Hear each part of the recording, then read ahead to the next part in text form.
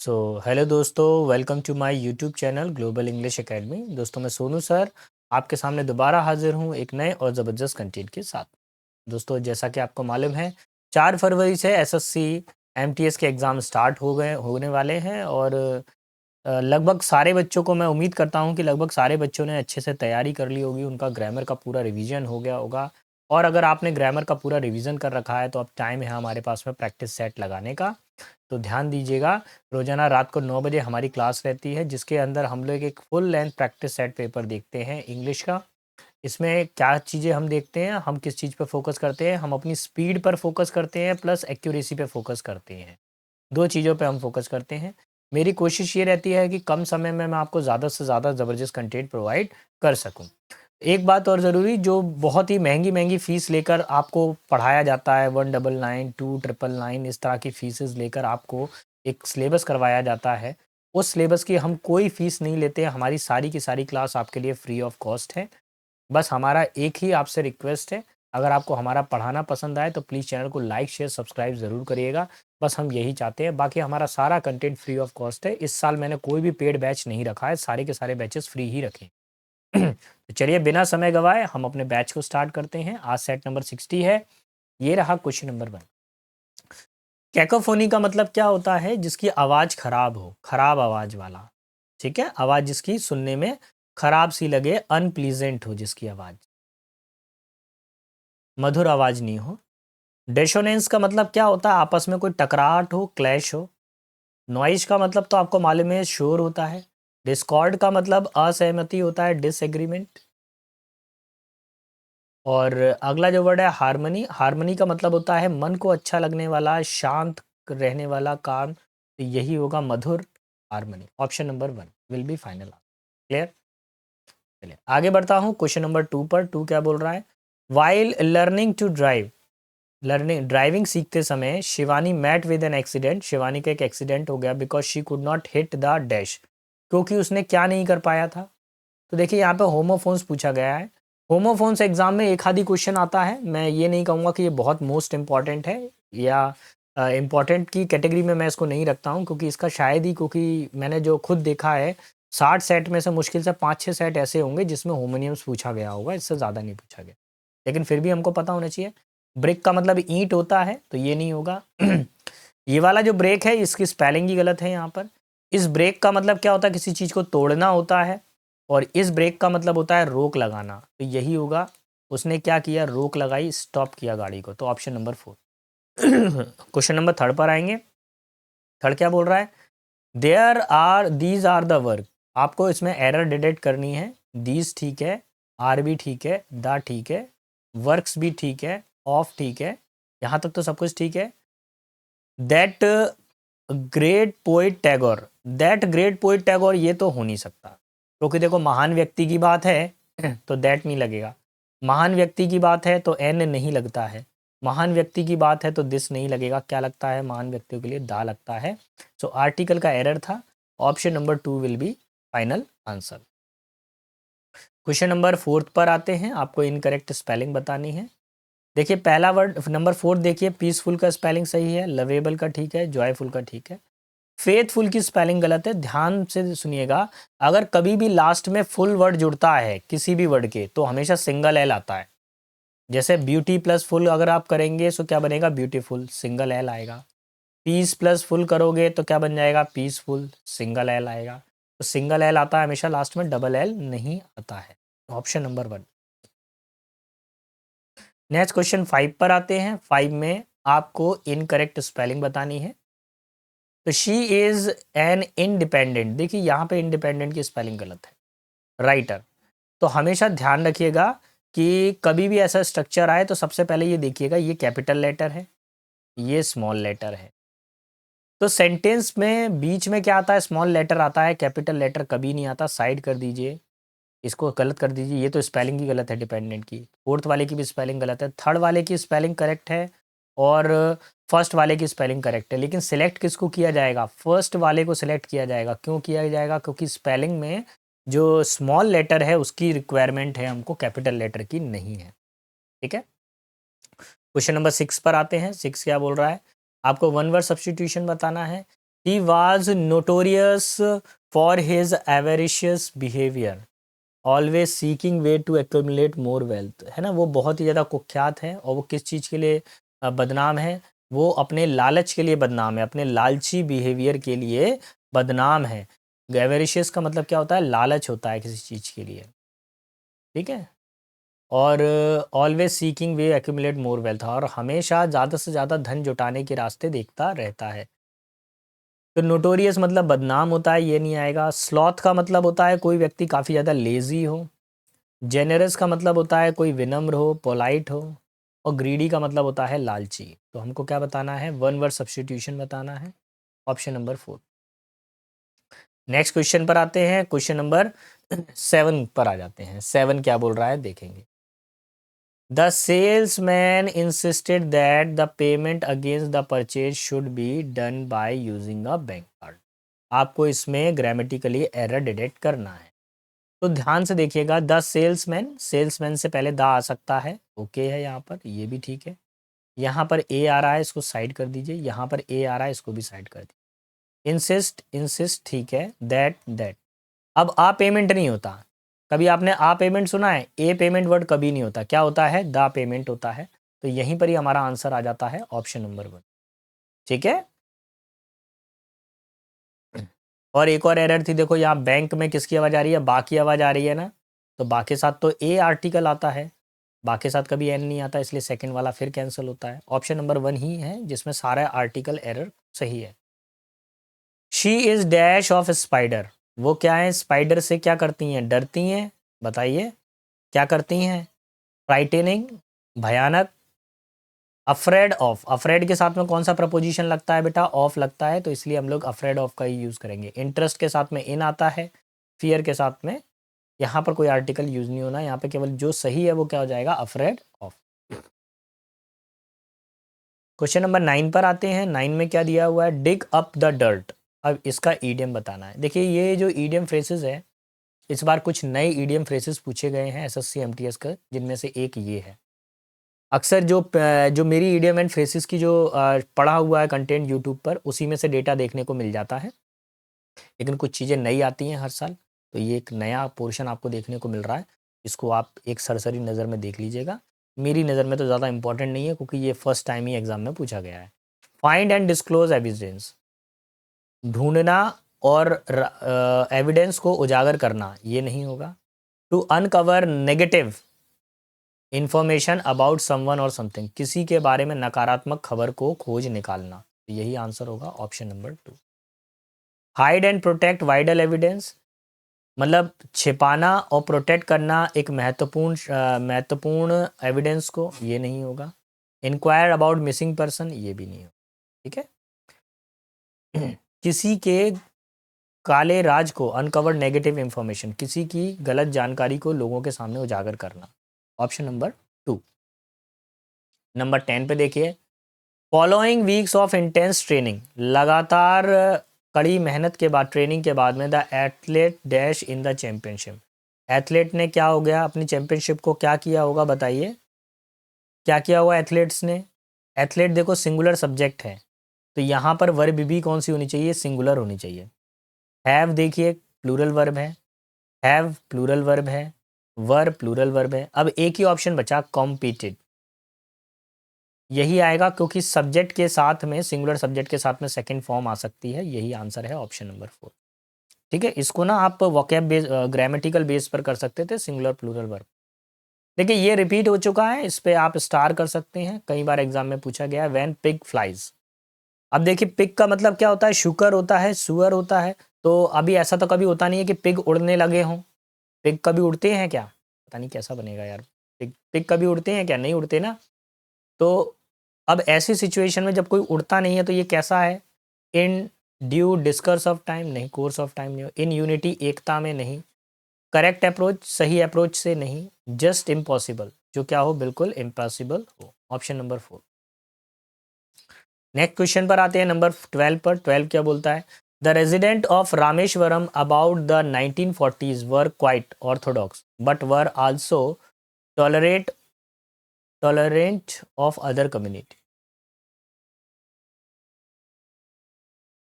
देखिए यहाँ पर क्या लिखा हुआ, the residence of Rameswaram about the 1940। 1940 एक क्या है, वर्ष है, ईयर है ना। टाइमिंग के लिए अबाउट का यूज़ नहीं करेंगे आप। इसके अंदर दो प्रपोजिशन का यूज़ कर सकते हैं, या कर सकते हैं ड्यूरिंग द 1940 का यूज़ कर सकते हो, या फिर आप क्या कर सकते हो, इन द 1940। ये दो सही होंगे, किसी भी हालत में अबाउट का यूज़ नहीं होगा। ऑप्शन नंबर जो है 4 इसका आंसर लगेगा।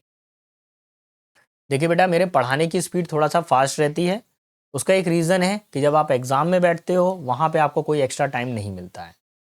और बेटा मैं जब भी पढ़ाता हूँ तो मेरी कोशिश ये रहती है कि केवल क्वेश्चन हो और उसके 4 ऑप्शंस हो, एक बच्चे को कम समय में बिल्कुल एक्यूरेट इन्फॉर्मेशन मिले। ऊल-जूल करके फालतू घुमा फिरा के बात को बताना वो मेरा काम नहीं है बेटा। मेरा सीधा कंसेप्ट ये है, क्वेश्चन है और उसका जो सॉल्यूशन है, जितना जानने की ज़रूरत है उतना ही बच्चे को बताना। देखो हमको इंग्लिश में पीएचडी नहीं करनी है, हमको सिर्फ ये करना है कि हमारे एग्ज़ाम में 25 क्वेश्चन आ रहे हैं और 25 में से हमारे 22 और 20 क्वेश्चन हिट हो जाएँ। 25 अगर पूरे हिट होते हैं तो अच्छी बात है। अगर आपके 20 से 22 क्वेश्चन बन पा रहे हैं इंग्लिश के अंदर तो बहुत अच्छी बात है, आप अच्छे लेवल पे इंग्लिश को कर रहे हैं। बाकी जिनके 18 न क्वेश्चन बन रहे हैं, ठीक है, मेरी नज़र में ठीक है, 18 तक भी बन पा रहे हैं, ठीक है, 18 से 20 क्वेश्चन। क्योंकि इंग्लिश है बेटा, कहीं से भी कुछ पूछ सकते हैं। अब जो इंग्लिश मीडियम वाले हैं वो तो ठीक है, जिनका इंग्लिश स्ट्रॉन्ग है। अब जिनका इंग्लिश वीक है उनके लिए तो 15 नंबर 10 नंबर लाना ही बड़ा सिरदर्द हो जाता है ना। बढ़ते हैं अब आगे की तरफ। The philanthropist dash donation significantly improve the quality of life in the community. अब देखिए फिलेंथ्रोपिस्ट का मतलब क्या होता है, जो परोपकारी हो। तो ऐसा व्यक्ति जो क्या करता है, परोपकारी रूप से क्या करता है, डोनेशन करता है। वो क्या करता है, अपनी कम्युनिटी के अंदर जो जीवन की जो क्वालिटी है उसको बहुत ही अच्छे तरीके से सुधारता है। तो सुधारने वाली बात है। मीगर का मतलब क्या होता है, किसी चीज़ की कमी होना। अगर किसी चीज़ की कमी होगी तो क्या सुधार हो सकता है क्या, ये बताओ। नहीं हो सकता, इसको साइड कर दीजिए। रिडेंडेंट का मतलब क्या होता है, किसी चीज़ का अननेसेसरी रिपीटेशन होना। किसी चीज़ का रिपीटेशन होना, बार बार अननेसेसरी किसी चीज़ का रिपीटेटिव होना, रिपीटेटिव। तो ये नहीं होगा, इसको भी साइड कर दीजिए। पार्सिमोनी का मतलब क्या होता है, कि ऐसा व्यक्ति जो बहुत ज़्यादा कंजूस हो, एक्सट्रीमली स्टिंगी। तो ये भी नहीं हो सकता है, इसको भी साइड कर दीजिए। ये तीनों ऑप्शन साइड हो गए, बस अब एक ही ऑप्शन बचता है, ऑप्शन नंबर 1। अच्छा, सब्सटेंशियल का मतलब क्या होता है वो समझिएगा, लार्ज इन अमाउंट। तो अगर कोई व्यक्ति बड़े अमाउंट पे दान दक्षिणा करता है तो वो क्या करता है, अच्छा काम कर रहा है, वो अपने समाज के लिए या अपने परिवार के लिए एक अच्छा काम कर रहा होता है। Option number 1। Question number next पर आइए, 14 क्या बोल रहा है। The movie was so boring. Movie क्या थी, बहुत ज़्यादा बोरिंग थी। That I fail dash. मेरे को कैसा महसूस होने लगा, मेरे को नींद जैसा महसूस होने लगा। तो देखिए फेल एक वर्ब है और वर्ब के बाद में यहाँ ऑब्जेक्ट आएगा, यानी कि एक नाउन आएगा। तो स्लीपिंग एक वर्ब है, साइड कर दीजिए। स्लीप वर्ब की फर्स्ट फॉर्म है, ये भी नहीं आएगा। स्लेप्ट वर्ब की सेकंड फॉर्म है, अस्लीप आएगा। Fail asleep. ठीक है, ऑप्शन नंबर 1। वर्ब नहीं आनी चाहिए थी, वहाँ नाउन आना चाहिए था। नेक्स्ट है क्वेश्चन नंबर 15। 15 में क्या दिया हुआ है, आपको इनकरेक्ट स्पेलिंग बतानी है। वर्ड है हमारे पास में एग्रावेट। एग्रावेट की स्पेलिंग ओके है। ओबीडियंस की स्पेलिंग बिल्कुल गलत है। क्या होता है, OBDIENCE, ये होता है ओबीडियंस की स्पेलिंग। ठीक है, तो ऑप्शन नंबर 2 लगेगा आपका। इनकरेक्ट ही तो बताना था ना, यही लगेगा। बाकी ट्रेमेंडस की स्पेलिंग ठीक है, फैबुलस की भी ठीक है। क्वेश्चन नंबर 16 पर आता हूँ। 16 में क्या दिया हुआ है, we are planning to see an dash perform a symphony. हम क्या कर रहे हैं कि एक प्लान कर रहे हैं जिसमें हम क्या देखें, ऑर्केस्ट्रा को देखें या एक्टर को देखें जो परफॉर्म कर रहा हो। देखिए सिम्फनी में क्या होता है, ये एक म्यूजिकल कॉन्सर्ट होता है। सिम्फनी में क्या होता है, एक म्यूजिकल कॉन्सर्ट होता है जिसमें लोग क्या करते हैं, गाना गाते हैं।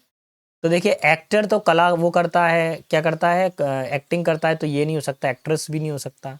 अच्छा, ये क्या होता है, ओपेरा। ओपेरा होता है म्यूजिकल ड्रामा। क्या होता है, म्यूजिकल ड्रामा।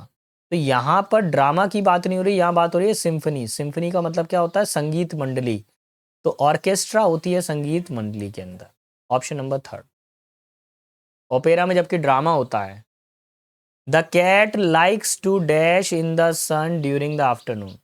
कैट को दोपहर के समय सूरज की धूप में बैठना पसंद होता है। तो बैठने वाला शब्द है आराम करना। देखिए ये जो वर्ड है आखिरी वाला है ल्याई, ये क्या होता है, जो एक हवाई जो देश है, हवाईन देश के अंदर क्या होता है, वहाँ का जो गार्डन होता है उसको हम लोग लाई बोलते हैं। ठीक है, गार्डन, उधर के जो गार्डन होते हैं उनको लाई बोला जाता है, GARDEN, साफ साफ लिख देते हैं, गार्डन। ठीक है। ले का मतलब क्या होता है, ले का मतलब होता है किसी चीज को रख देना, पुट। जैसे टेबल है और टेबल के ऊपर हमने कोई ऑब्जेक्ट रख दिया तो ये पुट हो गया, यानी ले हो गया।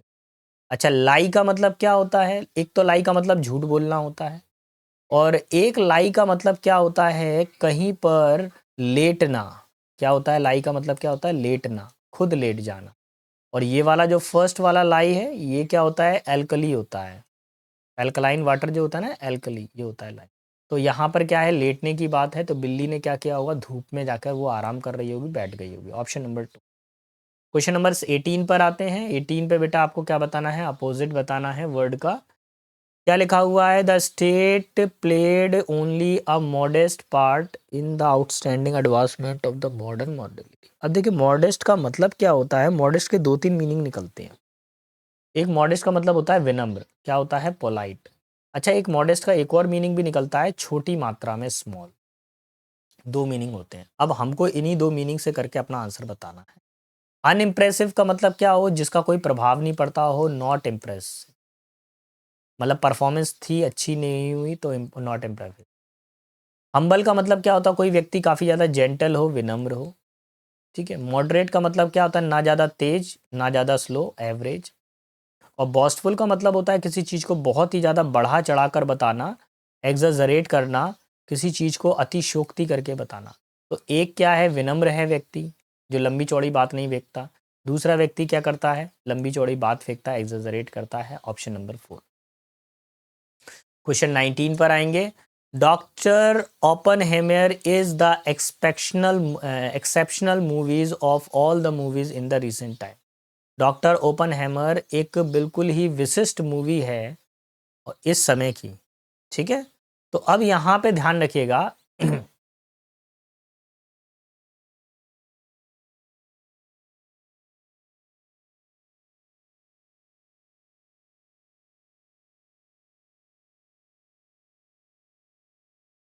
एक बार मैं चेक कर लेता हूँ प्रॉपर, क्योंकि मेरे हिसाब से तो सेंटेंस बिल्कुल सही जा रहा है, या तो मेरे से टाइपिंग पे गड़बड़ हो गया। Is the exceptional movie of all the movies.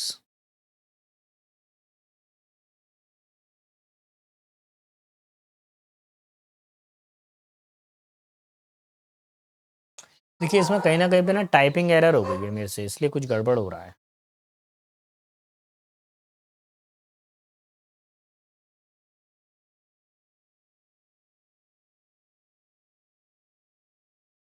यहाँ पर बेटा मुझसे कुछ टाइपिंग एरर हुई है इस क्वेश्चन के अंदर। मेरे हिसाब से आंसर में देखिए क्या होना चाहिए था, doctor Oppenheimer is the exceptional movie of all the movies in recent time.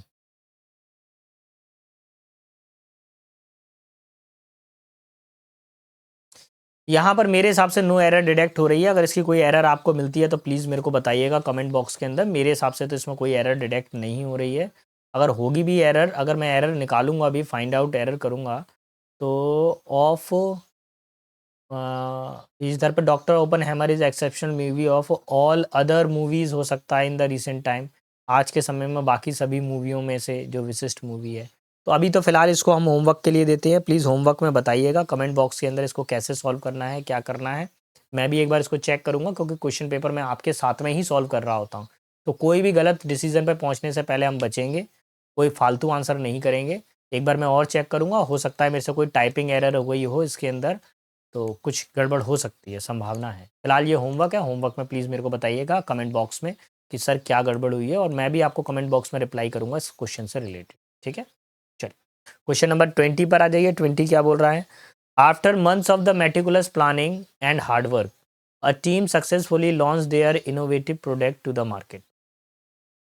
तो देखिए काफ़ी सारे बारीक प्लान के बाद में और बहुत मेहनत के बाद में टीम ने सफलतापूर्वक अपना मार्केट के अंदर एक नया प्रोडक्ट लॉन्च कर दिया था। ये बताइए टीम सिंगुलर है कि प्लूरल है, बताओ।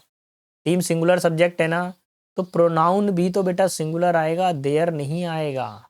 क्या आएगा? इट्स आएगा। सर इट्स क्यों लिया? देखो दे आता है प्लूरल के लिए, दे, देम, देयर, और इट आता है सिंगुलर के लिए, इट, इट्स, तो सिंगुलर के लिए आता है।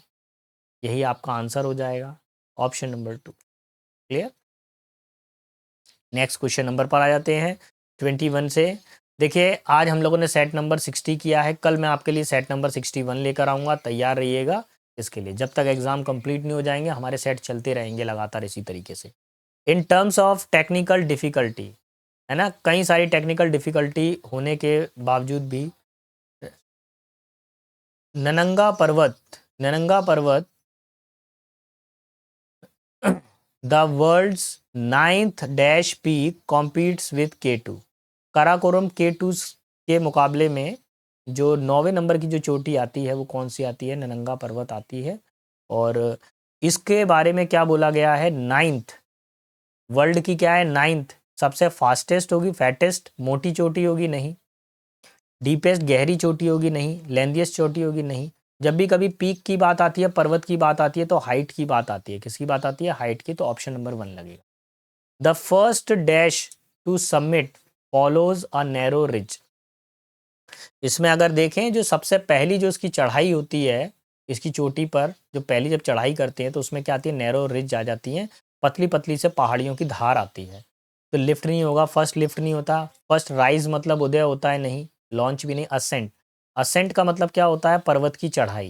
ये पर्वत पे जो चढ़ाई कर रहे हैं वो असेंट है। इसमें क्या है? पतली पतली सी पहाड़ियाँ हैं, नोकदार पहाड़ियाँ हैं।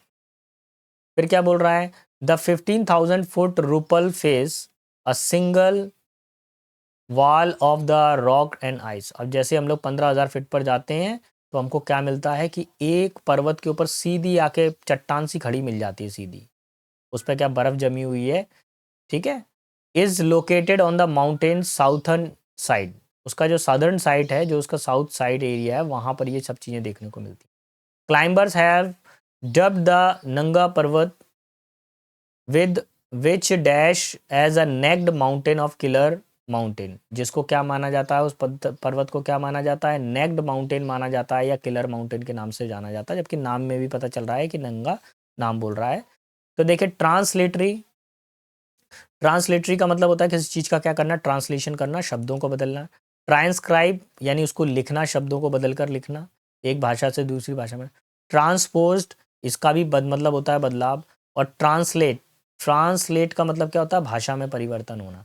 तो देखो नरंगा पर्वत को अगर आप देखा जाए तो इंग्लिश में क्या बोलते हैं? नेक्ड माउंटेन बोलते हैं या किलर माउंटेन बोला जाता है, ऑप्शन नंबर 4।